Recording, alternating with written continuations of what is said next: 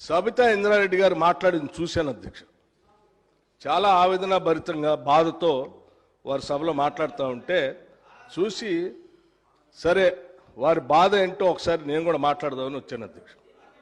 అధ్యక్ష, కాంగ్రెస్ పార్టీలో 2004 కంటే ముందు వేరే పార్టీలో ఉన్నటువంటి సబితా ఇంద్రారెడ్డి గారిని కాంగ్రెస్ పార్టీలో చేర్చుకొని టికెట్ ఇచ్చి వారిని 5 సంవత్సరాలు ఫుల్ ఫ్లెడ్జ్డ్గా మంత్రి చేసి 2009లో మళ్ళీ టికెట్ ఇచ్చి మళ్ళీ మంత్రి చేసి ఒక దశాబ్ద కాలం అధ్యక్ష అత్యంత ముఖ్యమైనటువంటి పోర్ట్ఫోలియోలు వారికి ఇచ్చి ఒక దశాబ్ద కాలం వారు మంత్రిగా కాంగ్రెస్ పార్టీ చేసింది అధ్యక్ష.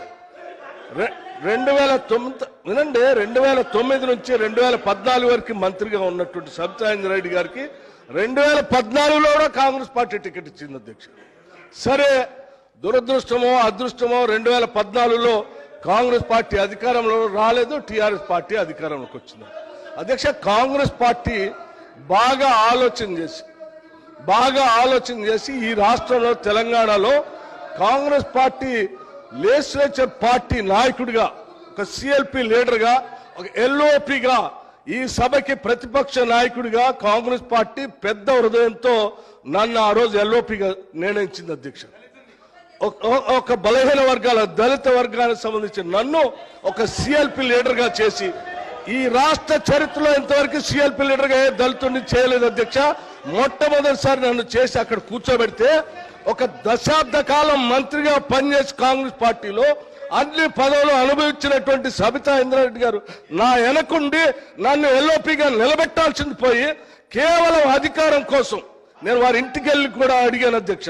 నాతో పాటు అనేక మంది నాయకులను తీసుకొని పోయి అమ్మా ఎల్లబాకండి, మీరు పోతే ఎల్ఓపి స్టేటస్ పోతుంది, కాంగ్రెస్ పార్టీ పరువు పోతుంది, 10 సంవత్సరాలు మీరు మంత్రిగా అనుభవించారు, మీరు ఇప్పుడు కూడా ఎమ్మెల్యేగా ఉన్నారు, కాంగ్రెస్ పార్టీ మీకు ఏం తక్కువ చేయలేదు, మీకు ఇంకా కావాలంటే ఇంకా చాలా చేస్తుంది, చివరికి మీ అబ్బాయికి పార్లమెంట్ సీటు కూడా కాంగ్రెస్ పార్టీ ఇచ్చింది, చేయబాకండి అని పదే బతిలాడితే వారు చేసింది ఏంది అధ్యక్ష? ఒక్కసారైనా ఆలోచన చేశారా? మీరు ఏం ఆలోచన చేశారు అధ్యక్ష?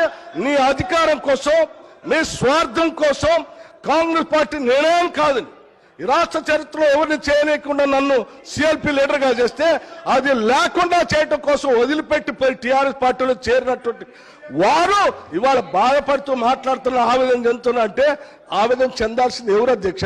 నేనా, కాంగ్రెస్ పార్టీయా, లేకపోతే ఈ రాష్ట్రంలో ఉన్నటువంటి ప్రజాస్వామ్యవాదుల? ఎవరు అధ్యక్ష బాధపడాల్సింది? వారా? ఇంకా ఏం ముఖం పెట్టుకొని ఈ సభానాయకుడిని రేవంత్ రెడ్డి గారిని, ముఖ్యమంత్రి గారిని పట్టుకొని ఇంకా మాట్లాడుతున్నారు? దేనికి మాట్లాడుతున్నారు అధ్యక్ష? ఏం చేశారని, ఏం గొప్పలు సాధించారని, ఏం చేశారని?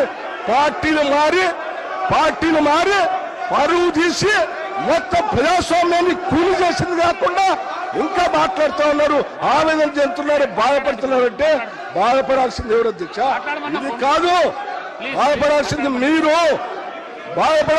మీరు. ఏం మాట్లాడుతూ ఉన్నారు ఇంకా?